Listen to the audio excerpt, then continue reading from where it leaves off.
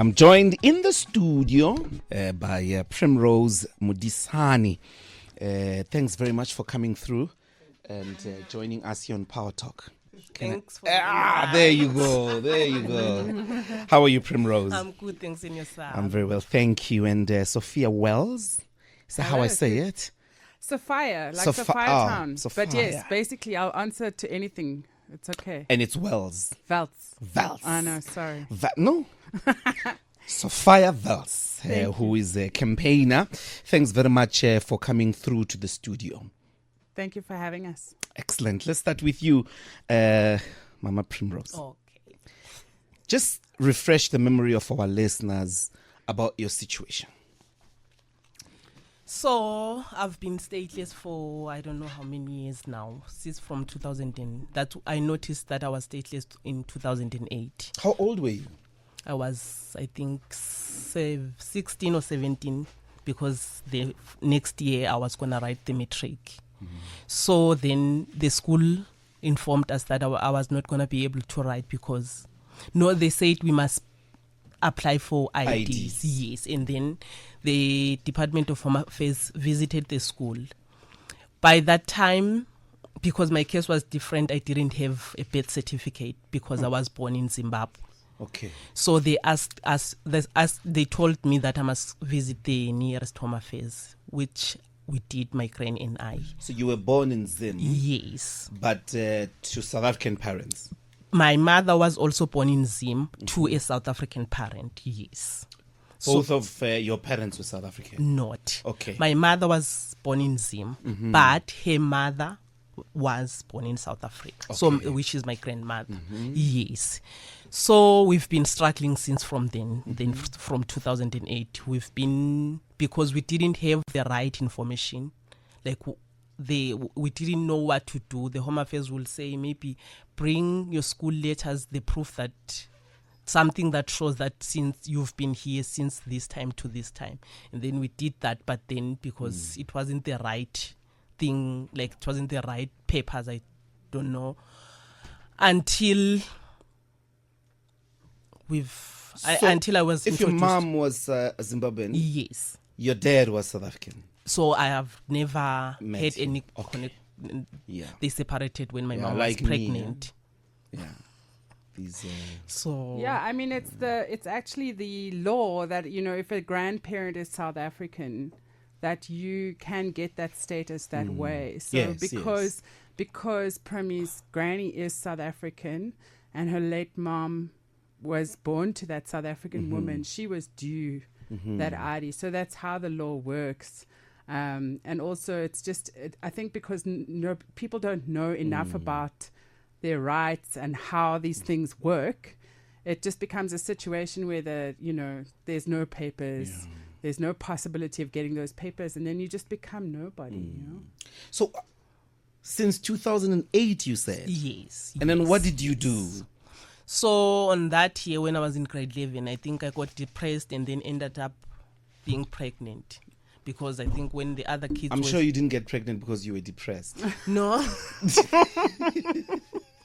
Because when the other kids were studying, then I had nothing to do. I can't study because then maybe there's let's no say you way got pregnant because you were in love. Let's not put it in. Because your child could be listening and be like, "Mom, come on." So you got pregnant and then And what? then also I had that baby, so it was also a struggle for the child. It was also a struggle for the child. So did you launch a suit, like go to court? How did you end up getting help? Can Sophia answer that? All right, Because we've Sophia. been through this journey. How did you come across Primrose? So, I mean, I think the thing is that at some point you realize that everybody needs a document to do almost everything. And so Primi's oldest child, thankfully, has a South African father. But then the problem becomes that at Home Affairs, they don't want you to, as a father, register your child.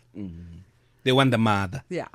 So if you don't have your documents as the mother, then that child becomes stateless. So then you can't get your kid into school because they don't have a birth certificate. What does the law say?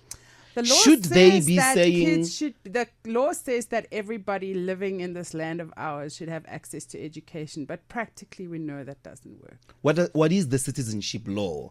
If you would just explain it for us, such that Home Affairs, when I bring a child as a dad, they don't want to... So you need to get DNA tests. And those DNA tests cost a lot of money. It's like 3,000 Rand a pop.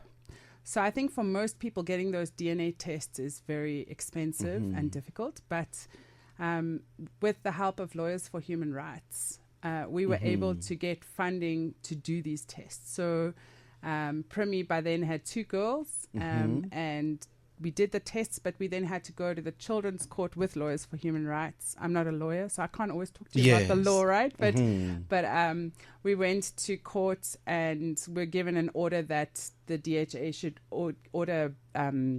get birth certificates for these 2 kids. And so that enabled us then to do that. But it took 6 months for that urgent application, so it took 6 months of this child not being able to go to school. So I think it's just every struggle along the way has been, it's just the things that we take for granted as people that have documents are so different for people that don't. And if you start this cycle at some point, it starts with Primi's mom, but then it goes to Primrose and it goes to her kids and it goes to their kids if you don't fix it at some point. In this case, for Primrose to get the citizenship, what did it take? How did you process that? So the first thing that happened was that we had to sort out her kids urgently to get her oldest kid into school. But the next thing that happened was, okay, now we're going to go on this journey. Yeah. And the first thing that had to happen was the correct documentation had to be got for her mom. And that's very important because I think, and I will speak on Primi's behalf just because she's asked me, especially in this instance, to speak on her behalf because it's very emotional. But her mom tried to do the right thing. She didn't know that she could get documents. When she found out she could get documents, she tried to do the right thing. But it's like every time there's a block, you're a border jumper, even if you're trying to fix these things, you're still seen as the scary, it's a very scary person. And she tried and tried and tried to get her documents. She tried to also access healthcare because at some point she started noticing she was spitting out blood. There was a problem. This is the mother. In Zimbabwe. Now here. She was here. She was in South Africa. And she wasn't able to access that healthcare. She could go to the clinic, but she couldn't go to the hospital that could actually help her. And so we then went to the portfolio committee and on Home Affairs and Primrose. During lockdown, we got to speak to the portfolio committee and say, this is the story, help us. Parliament. Yes. And also through Lawyers for Human Rights. And that set off the next motion, which was to say, I think this was 2021 or 22, that sent the next motion into play, which was that Primi's mom was now able to go and sort herself out because we realized she had to sort herself out in order for Prim to sort herself out. In order, like it all goes in a chain like that. And unfortunately, she was, we were told, come back next month, come back next month, come back next month. Oh, it's level 2, it's level 1, it's level 3, come back in a month. No, you're an old applicant. We're going to prioritize babies now, so you don't get this. And unfortunately, because of that, she only received her ID document in 2023. And the day after she got it, she went to Charlotte Makleke and they said to her, I'm sorry, your cancer is too far advanced. We can't do anything about it. And this is her mother. And this is the mother, and she died shortly after that. So unfortunately, it came too late for her, and it has a lot of real life implications. So yes, we should all have access to healthcare. We all know how difficult it is. We all know that resources are slim. But a document means everything in this context. So how did her mother end up in Zim and the grandmother? The grandmother fell in love. You talk about falling in love. See. I said to her yesterday, it's all your fault. She fell in love with she fell in love with a Zimbabwean man. Zimbabwean man. They got married. She moved to Zim. Yeah. So how is it that then that didn't get them Zimbabwean citizenship? So it's just, I think, a case of not needing to register. They were in Cholocho. They weren't in a main city. There wasn't really an understanding of the need for these things. And I think in South Africa, they thought they weren't entitled to. So these between papers. 2023 and now, with Prim's mom, her application took that long too, regardless of the fact that it was even more complicated. So because there's no birth certificate, and I think you're having the same struggle, like, where are these documents? Like, why can't you have these? Okay, so why don't you go back to Zim to fetch that document? Well, because I don't have a document. So I can't get over that border, right? So that's the first thing. So Prim came here as a child. She was told by adults, you go here, this is where you go. Like, you listen, right? Yeah. You don't say to your mom, no, I'm not going to walk where you tell me to go. So she came here as a child. They didn't have a birth certificate. We asked her mom when she was still alive, and she said, no, there was never a birth certificate. They didn't apply for one. But even if there was, the records in Cholocho are all handwritten. They're not on a computer. So you can't, go and ask for them. We've been to the consulate. We've been everywhere. And because of this fact, the Department of Home Affairs also doesn't know what to do. Like, it's an anomaly for their system. So the official on the other side of the desk doesn't know how to process your application. So what we ended up doing also with Lawyers for Human Rights, finally, because it takes a lot of resources for them, was to get pro bono counsel to represent Primrose at the High Court in Pretoria. And again, it was this, it's again an argument, like, this is a strange thing, like, why don't you have documents? Blah, blah, blah. But after an hour of them talking to the judge gave an order to the Department of Home Affairs that she should be given her citizenship. She is a South African citizen. But then again, they had 30 days to comply, and 4 months later, we were sitting with nothing.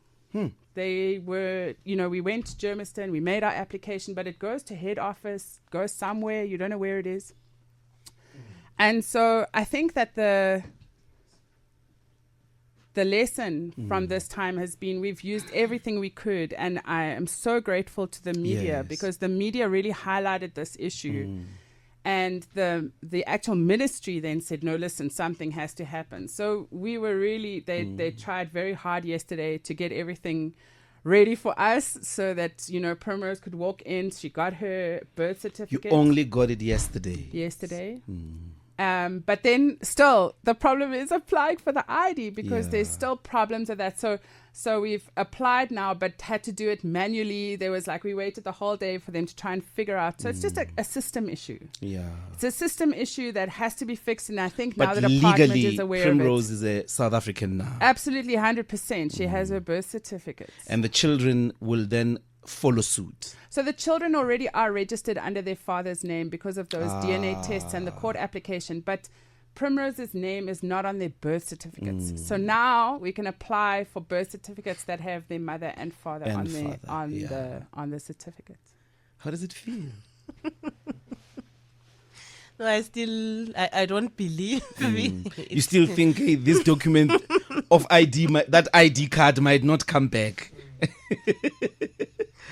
Yeah. No, I'm sure it will. Yeah, I'm sure.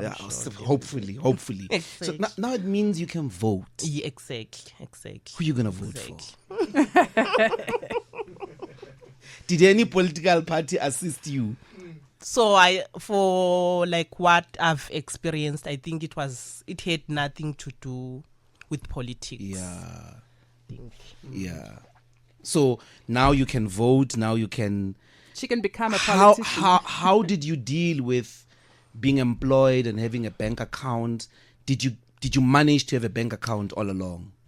The first thing that I will do when I get my ID is to open my bank account, because I don't have a bank account. I can't open a bank account. So if you were working, did you ever work? So I was doing part-time jobs. Yes. And they paid you how? Cash.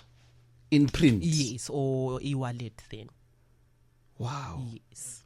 So now you can have a bank account. Now I can have my own bank account. What else? What else are the benefits? I will have my what's this? A funeral cover for myself, because it was a struggle with my mom's funeral. So I've learned a lot of things from my mom's experience. So there's a lot of things that I want to fix. I want to have a will for myself. And I think I'm free also to go to a public clinic or a government hospital. So, Not that you will, but you can also divorce. Yes.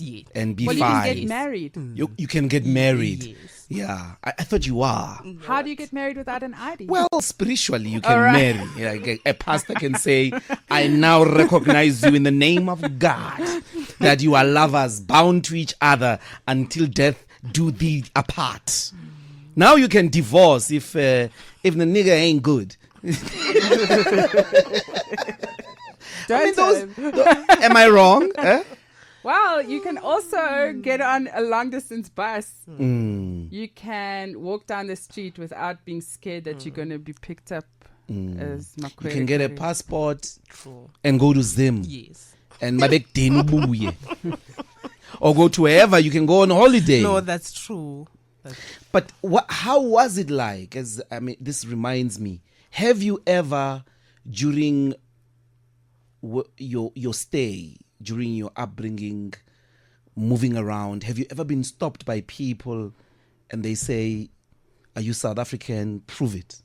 So I would say, luckily enough, not. Because Which area do you reside in?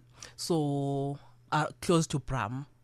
Bramfontein. Yes. I see. So you've never had that situation where people say, "Kwere ndini." Not. And I'm close to my part-time jobs. Sometimes I prefer to use Uber or Bolt.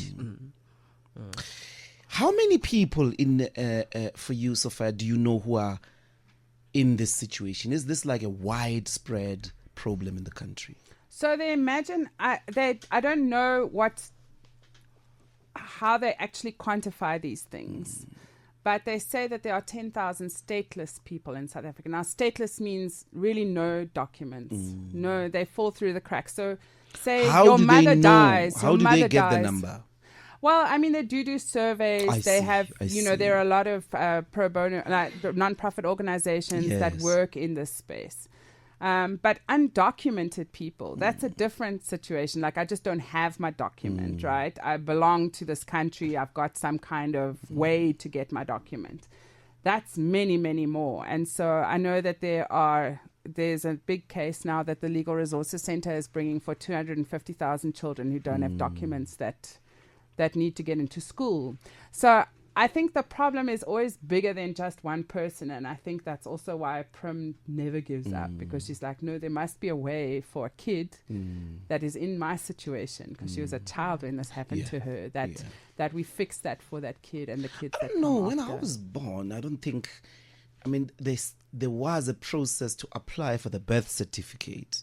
But I had an ID clinic, a clinic card. I think it gets mixed with your mom's citizenship, then you get a birth certificate.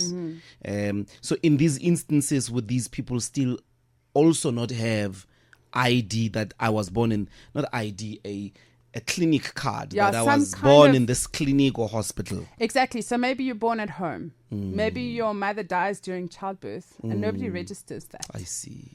Maybe there's some sort of drama where you come across a border with a parent, not with the other one. Without both of them, you can't register. There's so many of these things. And statelessness is not a South African problem. It's a global problem. Yeah. So there's actually a global movement to end statelessness. And it's really good to see that people are now getting this point where we say, okay, just if you don't have documents doesn't mean you're not a human. Because this is what happens, is you're not recognized as a human being. And that has to stop. Like, we need to figure out ways, and it is complicated. Of course, it's complicated.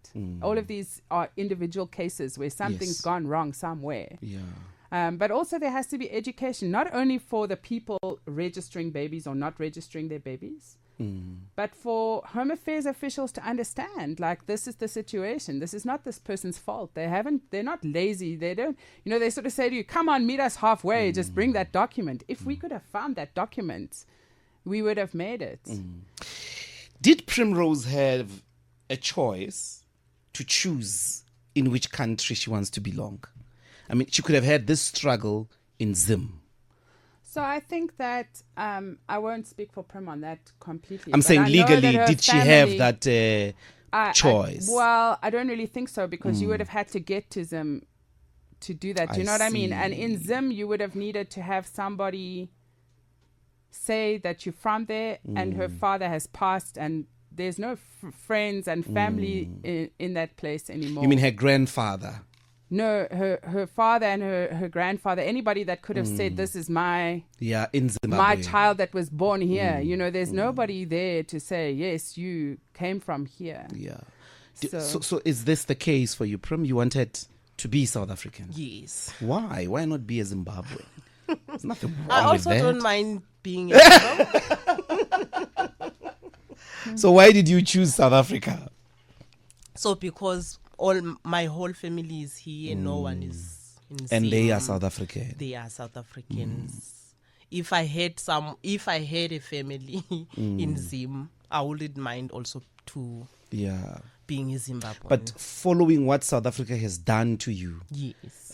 denying you the opportunity, the rights, the identity, do you still love it?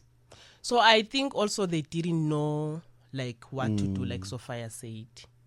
I think also it was also maybe a new case to them, but I think they didn't know what to do. So have you always felt like a South African, or now you are starting to feel like a No, South I African? felt like half Zimbabwean, half South African, but now because I have a birth certificate, Yeah. I can feel it. You can feel full South African. Yes. Why not yes. still half Zimbabwean? Yabona lento, but there's something wrong with being Zimbabwean. I don't understand it.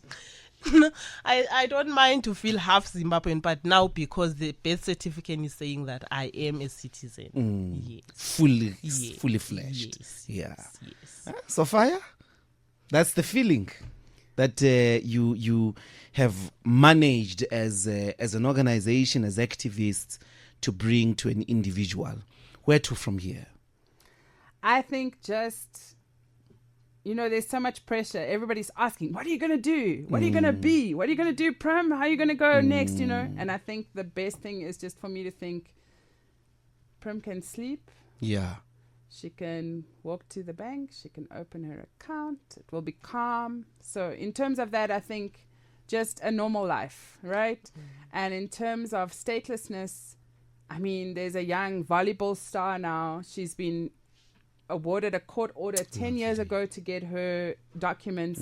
The national volleyball team is going abroad in September. And she can't go because she doesn't have documents. And to me, the court has ordered something. It should be must happen. possible. So maybe this case opens it up for somebody like that to have an opportunity, and that we must all understand that statelessness is often happening to children, and that we cannot just blame them and be, I don't know, Afrophobic, xenophobic, scared. I don't know what that is, but we need to open our minds, understand that actually having somebody legal is maybe better than having somebody illegal. Okay, Sophia Welz and Primrose Modisane, thank you both for coming into studio and to share your story, particularly you, Primrose. And I really, really, from the bottom of my heart, wish you well. Thank you so much. Thank you for the invite. Thank you.